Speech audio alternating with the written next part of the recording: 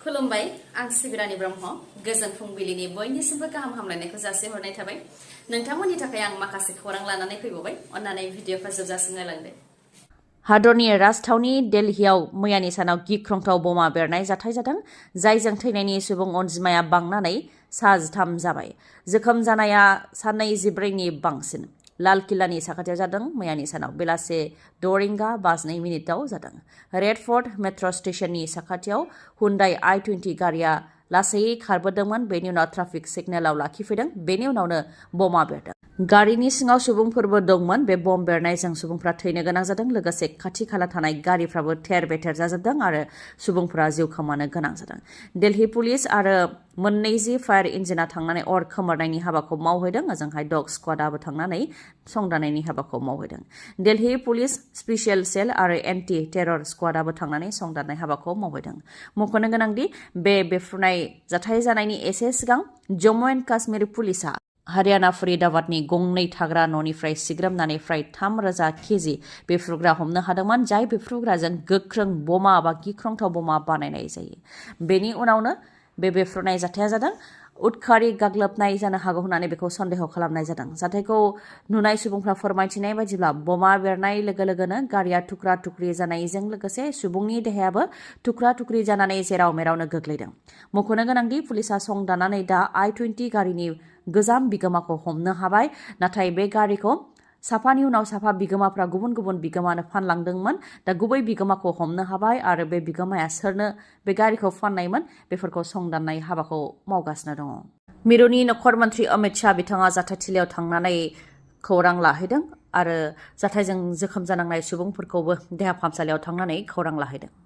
गुवाहाटीनि सनापुराव CC2नि बानजायनायाव ट्राइबेलनि गुबुन गुबुन आफादफोरजों लोगोसे ट्राइबेलफोरा गेदेर धर्ना होनाय हाबाफारि लादों। मैयानि सानाव मोनद' हारिनो ST होनो नागिरनायखौ लानानै धर्ना होनाय हाबाफारि लादों जेराव 1 लाख सुबुंफोर थुबुर जादों। सनापुरनि मिनि स्टेडियामाव जादों बे हाबाफारिया। थाखानाय 14 ट्राइबेल हारिनि 26 ट्राइबेल आफादफोरा CC2नि बानजायनायाव बाहागो लादों आरो राभा हासं अट'नमास काउन्सिलनि CEM टंकेश्वर राभा बिथाङाबो बेयाव बाहागो लादों। एबसुनि गाहाय दिपेन बर'आ बे धर्नायाव बाहागो लानानै बुंथियो दि जों ट्राइबेलफोरा गेदेर सभा लानानै दिन्थिगोन। डिब्रुगड़, शिबसागर, क'क्राझार, डिफु जेरावबो धर्ना लागोन आरो ST आदि गोहोगोरा बेखौ दिन्थिगोन होननानै फोरमायथियो दिपेन बर'आ। आसामाव जुदि ST थायाब्ला आसामा रैखाथि थानाय नङा। मोनद' हारि जाय ST नागिरदों बिसोरो जौगानाय हारि। जुदि बिसोरनो ST होयोब्ला 14 हारिनि 45 लाख ट्राइबेलफोरनि मोनथाय जेरै राजखान्थि, समाजखान्थि, panchayat, VCDC, six schedule, MCLA, MLA गासैबो जोबस्रांगोन। 3rd 4th ग्रेडनि साख्रि UPSC, APSCआव जि एसे एनै खाबु मोनोमोन बेफोरबो जोबस्रांगोन।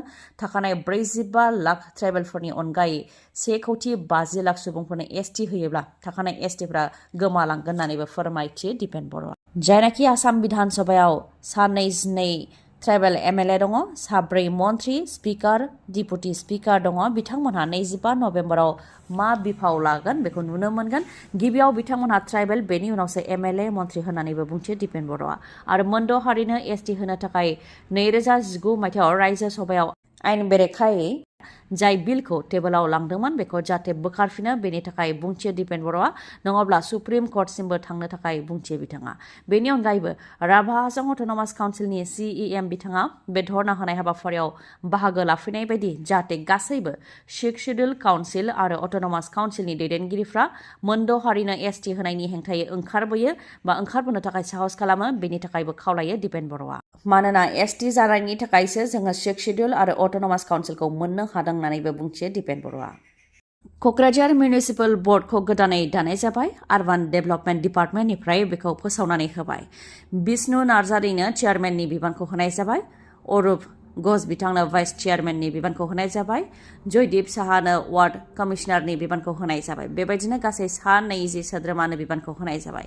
मुसलपुर मिउनिसिपेल बर्डखौबो गोदानै दानानै होनाय जाबाय जेराव रिन्दाव रिन्सि बसुमतारीनो चेयारमेननि बिबानखौ होनाय जाबाय। त्रिलक्यजित गयारी बिथांनो वार्ड कमिशनारनि बिबानखौ होनाय जाबाय। बेबायदिनो गासै 10 सोद्रोमाफोरनो बिबानखौ होनाय जाबाय मुसलपुर मिउनिसिपेल बर्डआव। लामानि जाब्रथाय जानायजों खेबसेयैनो 3 सुबुङा जिउ खोमानो गोनां जादों। उन्दै गथ'साजों लोगोसे गासै 3 लामानि जाब्रथायाव जिउ खोमानो गोनां जादों। गसाइगाव जानो मोन्दों बे दुखुनांथाव जाथाया। गंसे ट्राक आरो मटर साइकेलनि गेजेराव गोख्रोङै सौग्रावलायनायावनो बे जाथाया जानो मोन्दों।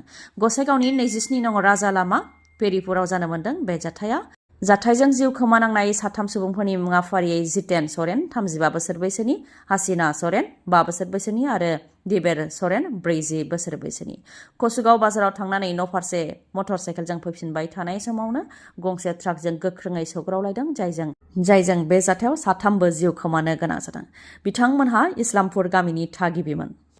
आइजोफोरा जाहाथे गाव गावनि आथिङाव गसंथानो हायो, बेनिखायनो आइजोफोरखौ थुलुंगा होनो थाखाय महिला उद्यमिता बिथांखिनि गेजेरजों 10,000 राङारि अनसुंथाइ होदों। मैयानि सानाव धुबुरीनि गलगन्जआव आसामनि गिबि मन्थ्रि डक्टर हेमन्त बिश्व शर्मा बिथाङा नुजाथिनानै गासै 23,336 आइजोफोरनो महिला उद्यमिता बिथांखिनि गेजेरजों 10,000 रांनि चेक राननानै होदों। आइजोफोराबो जाहाथे गाव गावनि आथिङाव गसंथानो हायो, आइजोफोरा जाहाथे गोख्रों जानो हायो, बेनिखायनो आइजोफोरखौ थुलुंगा होनो थाखायनो महिला उद्यमिता बिथांखिनि गेजेरजों आइजोफोरनो सासेयाव 10,000 रांनि चेक राननानै होदों आसाम सोरखारनिफ्राय। रेशन कार्डनिफ्राय मुलाम्फा लाग्रा बिथांमोनहा मैयानि साननिफ्राय मुसुर दालिखौ केजिआव 69 रां, सेनिखौ केजिआव 38 रां आरो संख्रिखौ केजिआव 10 राङै मोननो हाबाय। मैयानि सानाव क'क्राझाराव बेखौ राननानै होनाय जाबाय। श्रीमन्त शंकरदेव एकाडेमियाव आसामनि गिबि मन्थ्रि डक्टर हेमन्त बिश्व शर्मा बिथाङा मैयानि सानाव बेखेवनानै होनायनि उनावनो आसामनि दाब दाब जायगायावबो मैयानि सानाव बेखौ बेखेवनानै होदों। थिग बेबायदिनो क'क्राझारावबो रेशन कार्डनि मुलाम्फा लाग्रा बिथांमोननो मुसुर दालिखौ केजिआव 69 रां, सेनिखौ केजिआव 38 रां आरो संख्रिखौ 10 राङै होदों।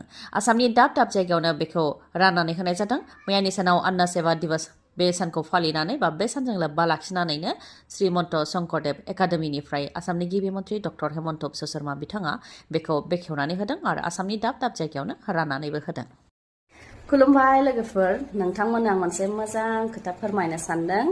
जेब्लाहाय जोङो न'निफ्राय बाहेराव बेरायनो थाङो, बायजोआव जेब्ला जों थाङो, अब्ला जोङो न'नि जानाय लोंनाय बेफोरखौ गोसोखाङो नङासै? आंथ' बिराद गोसोखाङो। माने हटेलफोरनि जायै बरिं जायो, रेस्टुरेन्टफोरनि जायै बरिं जायो, नङा होमबा? न'नि ओरैबायदि ओंख्रि मोनजानाय मोनबा, अमा बेदर, न'नि जोंनि बर'नि स्टाइलाव संनाय अमा बेदर, अनला सबाय बेफोरबायदि मोनजानायबा, नारजि ओंख्रि मोनजानायबा बेफोरबायदि जों सानो, नङा होमबा? दा बेनिखायनो आङो बे भिडिअखौ बानायनाय जादों। मोनसे मोजां खौरां आरोखि ना। जोंहा सिक्किम गेंटकआव जोंहा बर'नि हटेल दङ, सिगांबो दंमोन, नाथाय गेजेराव माखासे उसुबिदानि थाखाय बन्द जादोंमोन। दा बे हटेलखौहाय बेखेवफिनबाय, साइमन हटेल, बे हटेलखौहाय बेखेवफिनबाय सिक्किमनि गेंटकआवनो। दे बे हटेला बर'निनो, जोंनिनो बर'निनो, सिगांनिफ्रायनो दंमोन सिक्किमनि गेंटकआवहाय। सिगां CM रेसिडेन्सनि साखाथियावनोमोन, खिन्थु माखासे उसुबिदानि थाखाय हटेला बन्द जानानै दंमोन। दायो बे हटेलखौ बेखेवफिनबाय। बे हटेलाव थानायजों लोगोसे जोंहा बर'नि जानाय लोंनाय, अमा बेदर, नारजि सबाय बेफोरखौ मोनजागोन आरोखि, जानो हागोन। लोगोसे हटेलनिफ्रायनो टुर सार्भिसबो होगोन आरो। हटेलनि भिउखौ नोंथांमोननो एसे दिन्थिनो आखायाव लाबाय, नोंथांमोनहा नायलांनो हागोन।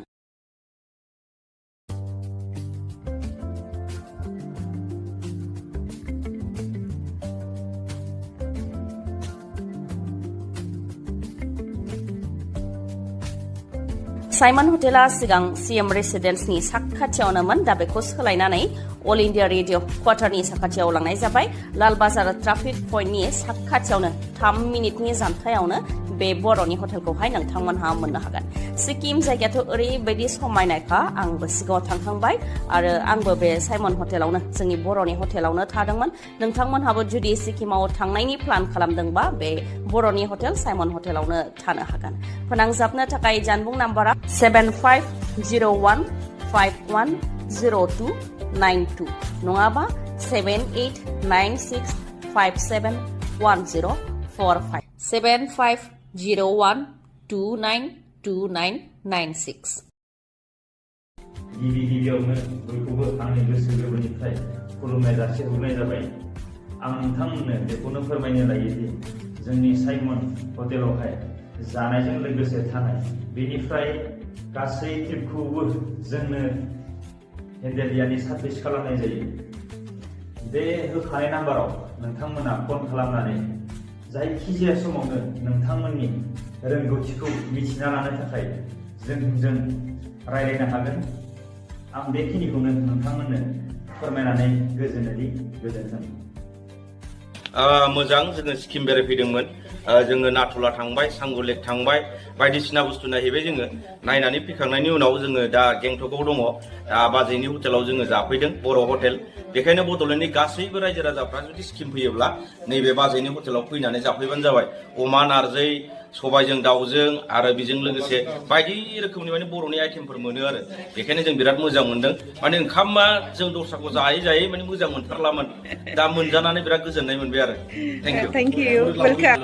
खुलुमबाय जोङो दाख्लै आं जेब्ला फार्स्टआव नायजेनदोंमोन सिक्किम रायजोआव जों फैनो होननानै जों थांखि लाखानायखामोन। दा बेयाव मा सानदोंमोन जे मोनसे इउटुबाव नुदों आरोना। दा बेयाव नुनायाव जे जोङो थाङोब्ला जे बाजेनाव हाबनानै जों फैगोन होननानै जों साननानै दंमोन। दा बेनिखायनो जों एकदम थारैनो बाजेनि लकेसन हरनानै लाइभ लकेसन हरनानै थारैनो बाजेनि हटेलाव मोनजाफैनानै खोब गोजोननाय मोनदों। Thank you, brother. Thank you so much, and most welcome. Next time visit खालामबाव आरो. Thank you. दिनैनि भिडिअआ एसेनोसै। गाबोन आरो गोदान भिडिअजों लोगो मोनफिनबावगोन। नोंथाङा दासिमबो आंनि चेनेलखौ साबस्क्राइब खालामाखैबा अन्नानै साबस्क्राइब खालामदो, लोगोसे लाइक, कमेन्ट आरो शेयार खालामनो दाबाव। गोजोन्थों।